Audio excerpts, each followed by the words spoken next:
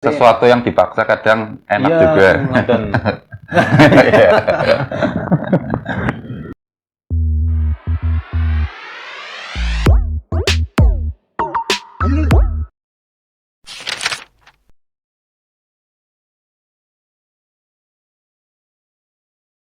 Assalamualaikum warahmatullahi wabarakatuh. Waalaikumsalam warahmatullahi wabarakatuh. Pemirsa, kita ketemu lagi dalam episode podcast bersama narasumber yang lain.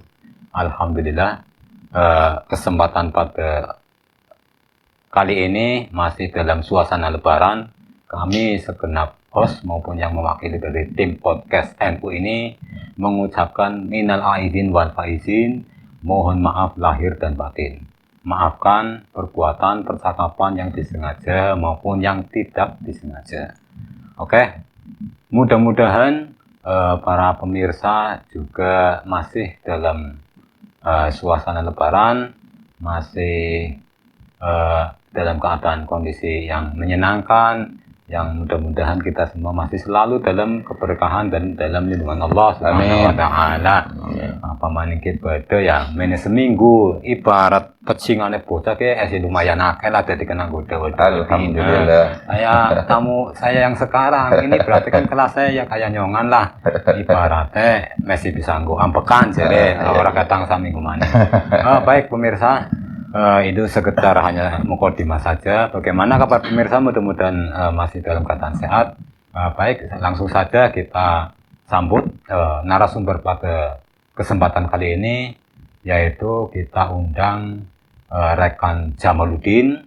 Beliau adalah mantan ketua IPNU Ranting Tepung Wetan sekitar tahun 2002 ya, 98 dari 2002 sampai 2000. Beliau juga pernah masuk dalam jajaran kepengurusan anak cabang. Artinya ibaratnya kalau tahun-tahun itu berarti kandet zaman saya berarti bisa dikatakan alumnus.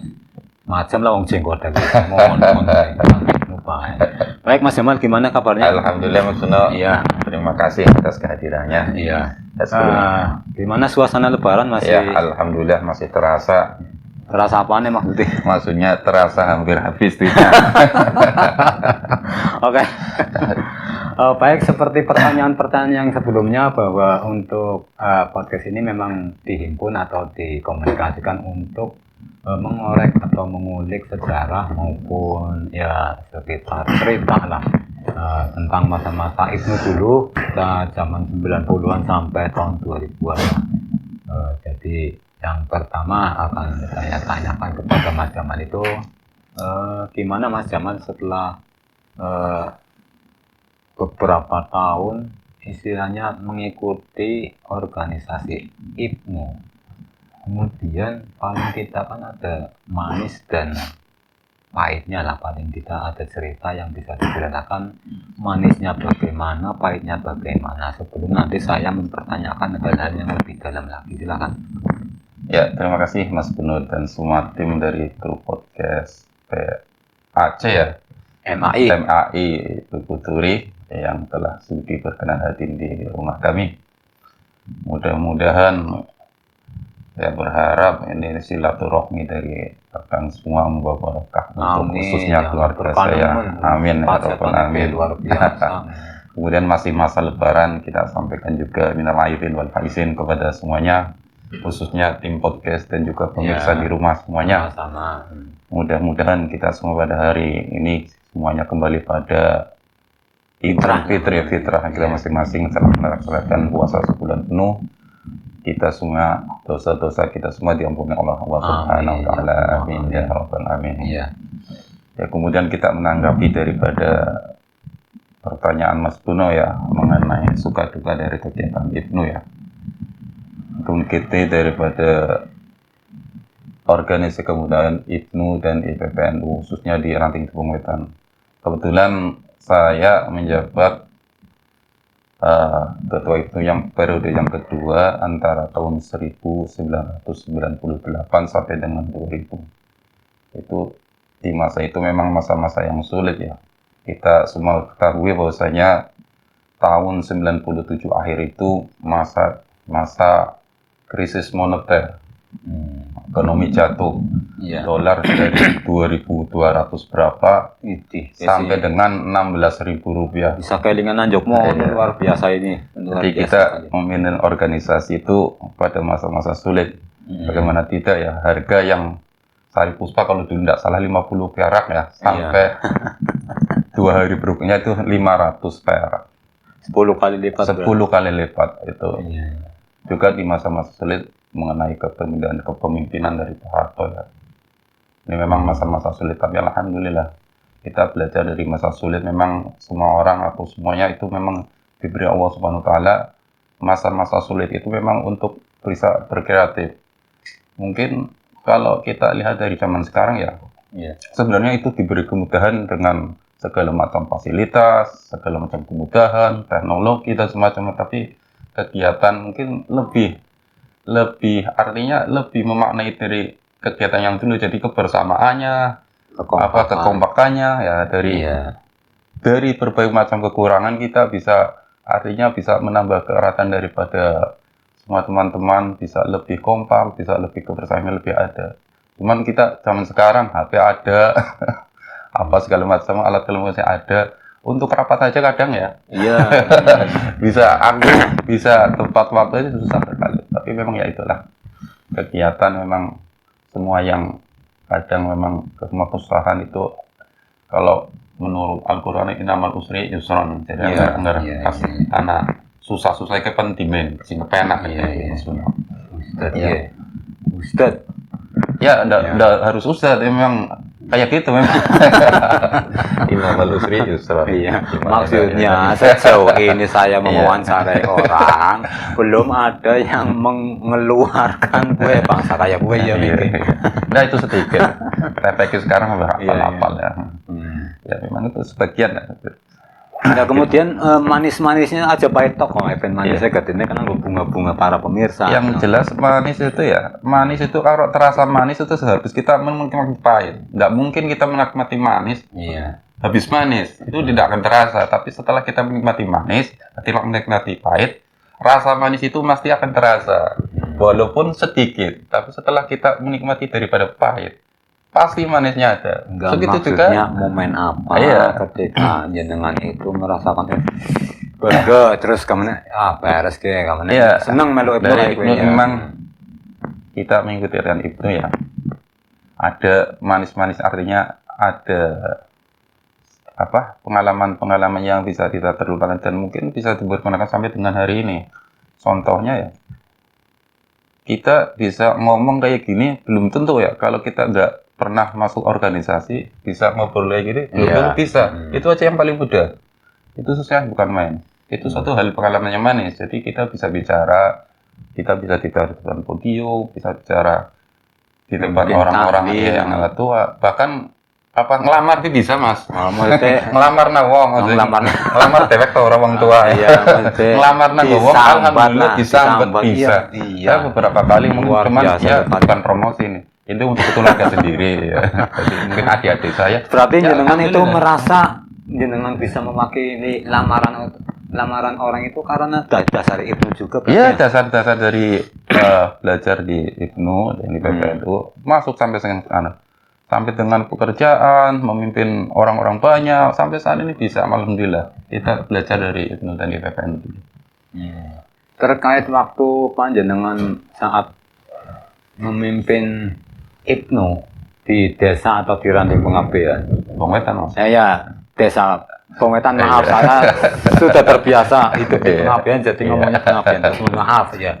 Artinya kan waktu itu kondisi dari Tebong Wetan itu seperti apa dalam kacamata NU? Masih waktu itu malah maksudnya bisa dikatakan NU-nya mendukung apa panom-panom yang lain sudah ada. Baru waktu itu di Tebong Wetan ada Ibnu-nya sudah. Yang terakhir yang pertama ada atau gimana? Mohon diceritakan waktu itu kondisi dari Ranting Bong Wetan pada secara umum lah. Yang di NU-nya gimana? Kalau dahulu yang saya ya, Ibnu katanya memang dulu pernah ada. Cuman sampai ada SK atau pelantikan kayak kurang tahu. Kayaknya sih tidak ada. Ada cuman enggak maksudnya begitu masuk pada sampai dengan kepengurusan struktural belum ada. Kalau wilayah Duong Wetan mungkin mayoritas ya 90% PN. Cuman ya memang ciri khas daripada warga NU memang untuk backup itu susah. Susahnya ya memang karena memang kegiatan orang NU itu banyak sekali. Jadi setiap blok, setiap daerah itu mempunyai kegiatan jamiah-jamiah sendiri. Oh, jamiah lokal. Iya, jamiah lokal. Jadi kita pun kalau mengikat mereka juga kadang ya kita nggak enak juga, kadang malah nanti bagaimana ya. Iya. Ya memang kendalanya memang hampir semua di ranting-ranting ya juga melaksanakan sama seperti itu. Mengalami hal yang sama lah ya. Artinya tidak berarti walaupun di Tepong Wetan itu berarti intinya Ibnu itu ada walaupun secara kultur masyarakatnya itu 90% lah, hampir 90% mungkin NU, tapi nggak semudah itu untuk mengembangkan ya. Artinya justru itu kendalanya karena memang terlalu banyak kegiatan dari masyarakat, jamiah mungkin untuk diikat ke dalam satu kegiatan organisasi yang sifatnya struktural dan sifatnya berarti formal agak susah. Oke. Pemirsa, tadi sedikit mengulik atau mengisahkan tentang masa lalu dari rekan Jamaluddin ya. Tolong saya juga, ini kan sejauh ini baru cerita di sebatas ranting. Tolong panjenengan ceritakan juga sekelumit atau beberapa kalimat lah terkait dengan pengalaman panjenengan ketika di PAC. Maksudnya itu apakah istilahnya kebanyakan, artinya maksudnya jenengan merasakan tambah akeh ikan sanenyong, maksudnya anak desa kia akhirnya tambah berkembang dan semakin mengikat hatinya panjenengan maring itu semua. Ya memang untuk kegiatan yang di PAC memang untuk secara struktural di susunan struktural kalau tidak salah dulu ada departemen ya, cuman waktu itu kan ada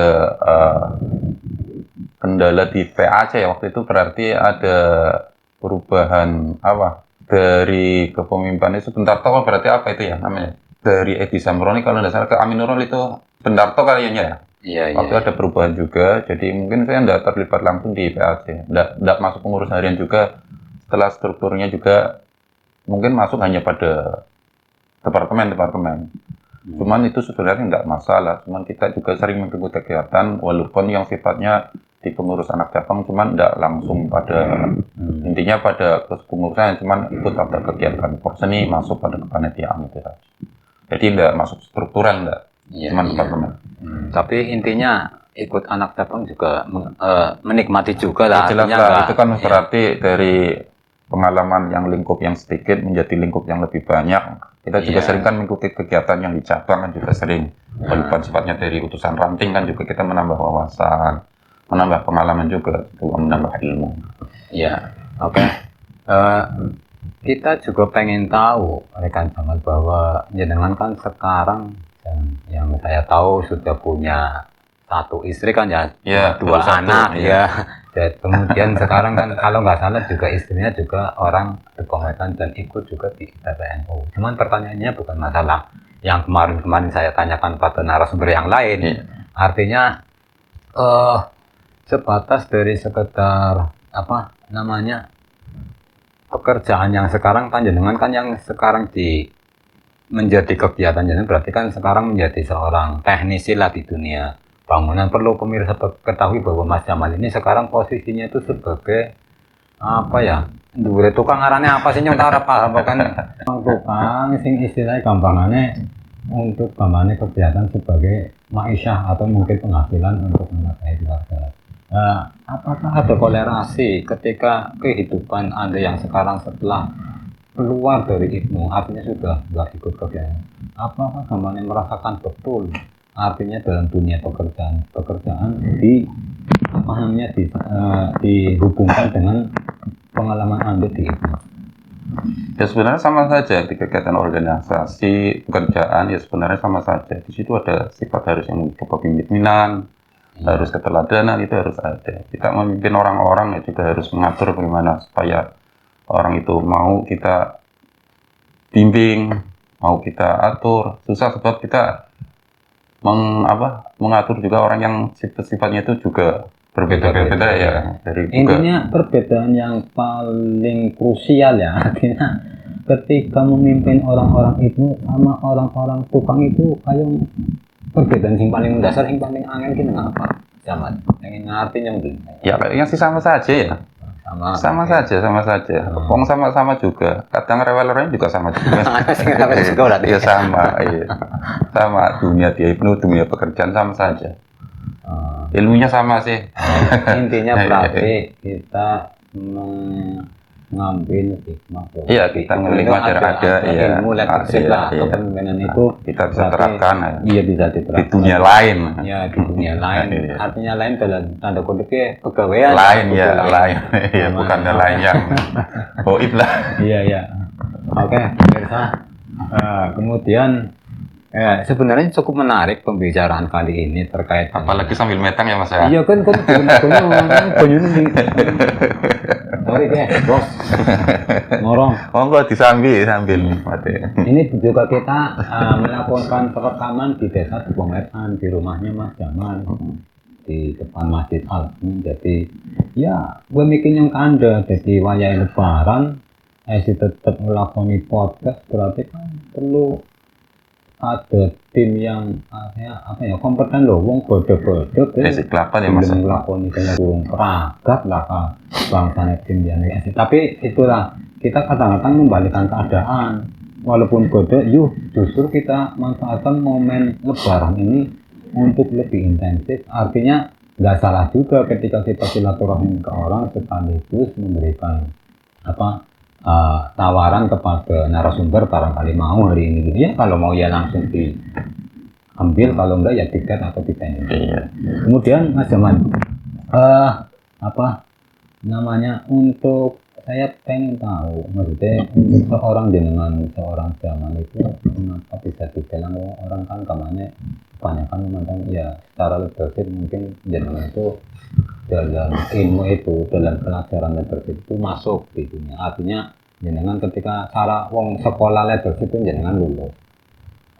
Pertanyaan saya pasti kalian jenengan pasti punya patokan atau panutan sosok seorang tokoh yang bisa artinya memberikan dorongan kepada jenengan mulai dari mengikuti Ibnu sampai kehidupan yang sekarang.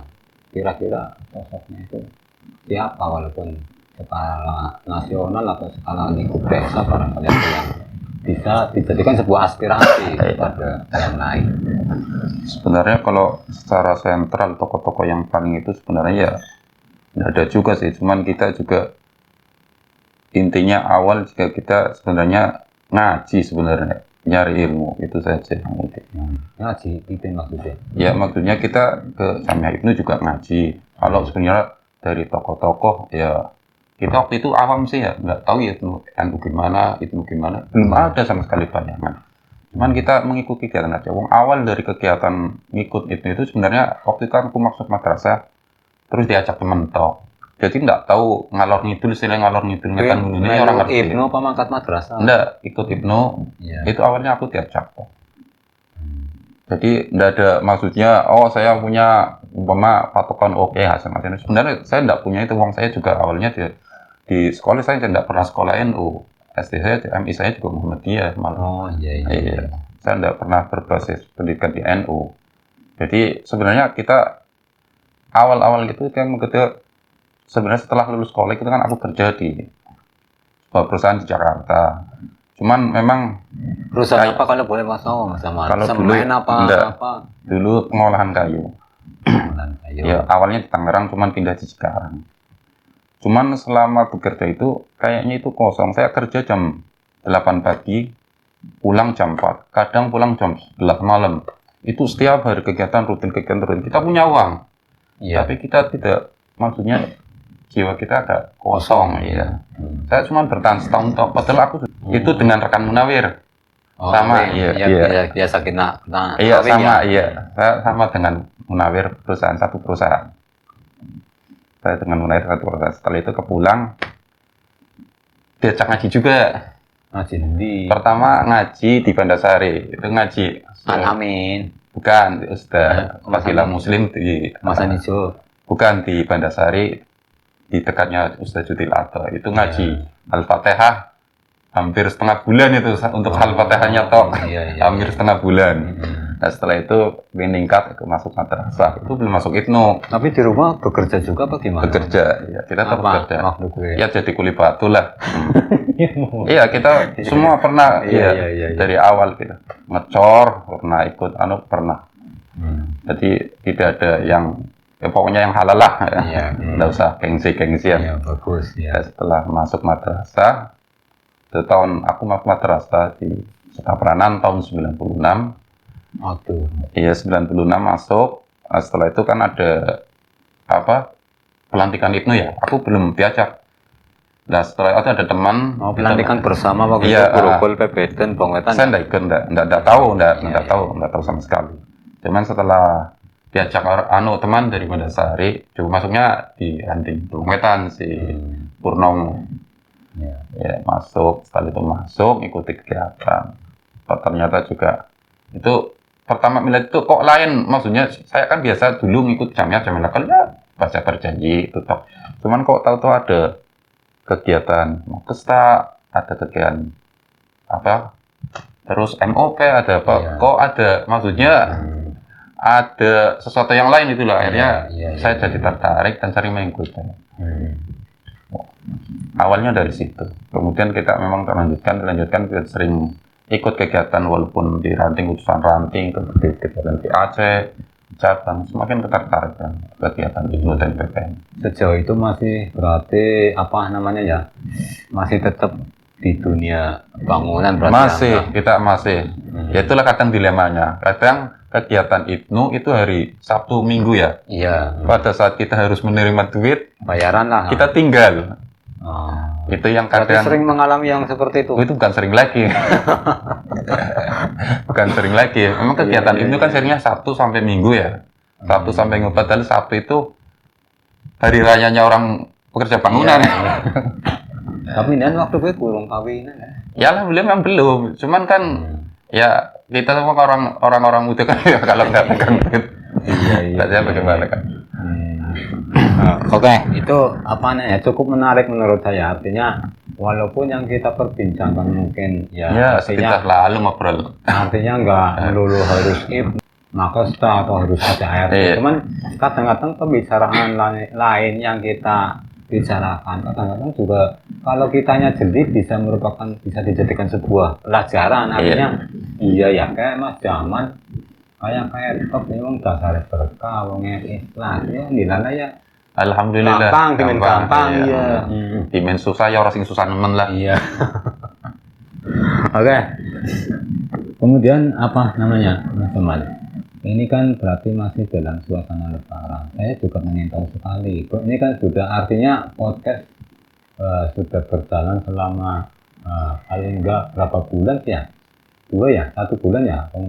Kita sempat berhenti sekitar 2 minggu. Biasanya kan memang sekaligus kita sampaikan bahwa kenapa biasanya kan setiap hari Rabu dan setiap hari Sabtu dari tim podcast itu kan berarti biasanya mengupload. Memang kita rada telat artinya karena kita terpotong oleh kegiatan di bulan Ramadan. Artinya maksudnya khususnya di Lebaran. Kita masih memaklumi orang-orang yang masih sibuk nyabren atau yang lain lah. Kita menghormati momen lebaran, biarlah mereka dari tim maupun dari narasumber menikmati dulu masa-masa lebaran. Jadinya kita sempat menunda acara perekaman ini, acara wawancara ini, dan alhamdulillah pada malam hari ini kembali dilanjutkan walaupun dalam kondisi yang mungkin artinya nggak terlalu siap ya, artinya sedikit ada pemaksaan.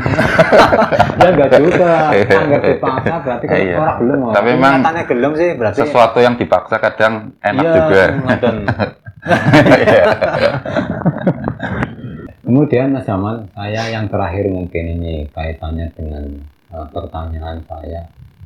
Setiap orang kan pasti punya harapan. Ini juga jelas punya harapan.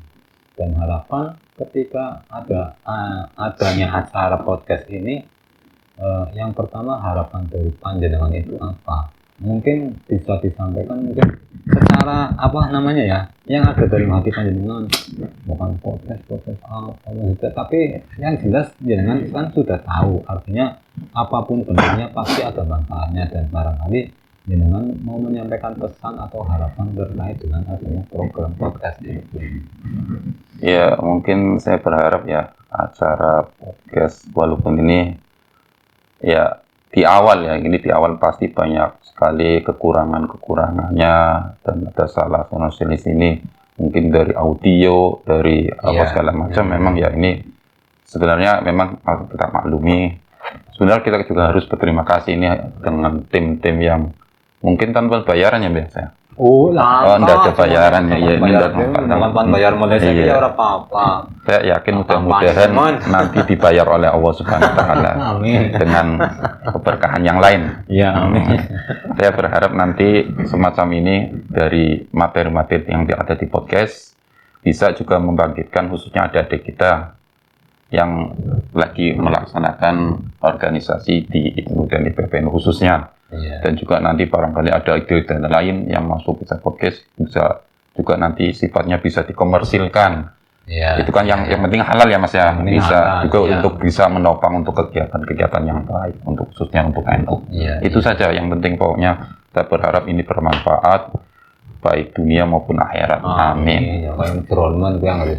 Ya baik pemirsa, apa namanya tadi merupakan sedikit harapan, dan mayoritas saya analisa harapan dari para narasumber itu sama. Artinya apapun itu, kita semua itu tergabung dengan orang-orang yang masuk dalam lingkaran alumnus, artinya berarti sudah keluar dari itu. Tapi ketika saya mengucapkan atau menanyakan tentang harapan, mayoritas memang harapan kami tujukan untuk para anak-anak ini yang sekarang masih berproses. Artinya paling tidak bisa apa namanya, kasih bisa alumnus masih bisa bergerak, masih ada kegiatannya. Harusnya yang muda lebih harusnya yang muda lebih termotivasi. Kemudian kadang-kadang cerita-cerita kita juga paling enggak bisa memberikan warna kepada adik-adik kita yang masih berproses untuk lebih bersemangat lagi dalam berorganisasi. Mungkin itu saja, dan perlu saya satu lagi saya katakan bahwa memang kesepakatan di luar itu memang nantinya setelah episode ini mungkin akan ada terjadi variasi, artinya yang dulu pernah jadi narasumber suatu saat bisa menjadi host, ataupun sebaliknya yang sekarang saya jadi host barangkali nanti saya diwawancara oleh narasumber yang lain dan posisinya menjadi, atau mungkin ada satu narasumber dua host. Jadi mungkin kita sedikit memberikan bocoran, barangkali kita juga menghindari ya, barangkali ada yang bosan hostnya gue kalau gue tok orang beres orang aku bukan, tapi makanya kita selalu berinisiatif lah, selalu berkembang terus, apa sih APK yang apa yang terbaik bagaimana. Mudah-mudahan acara podcast ini semakin ke sana semakin baik, tambah kreatif, intinya semakin ke sana semakin memberikan manfaat kepada para penonton. Demikian saja kesempatan perbincangan saya ini dengan narasumber rekan Jamaluddin. Kurang lebihnya mohon maaf. Wassalamualaikum warahmatullahi wabarakatuh. Waalaikumsalam warahmatullahi wabarakatuh.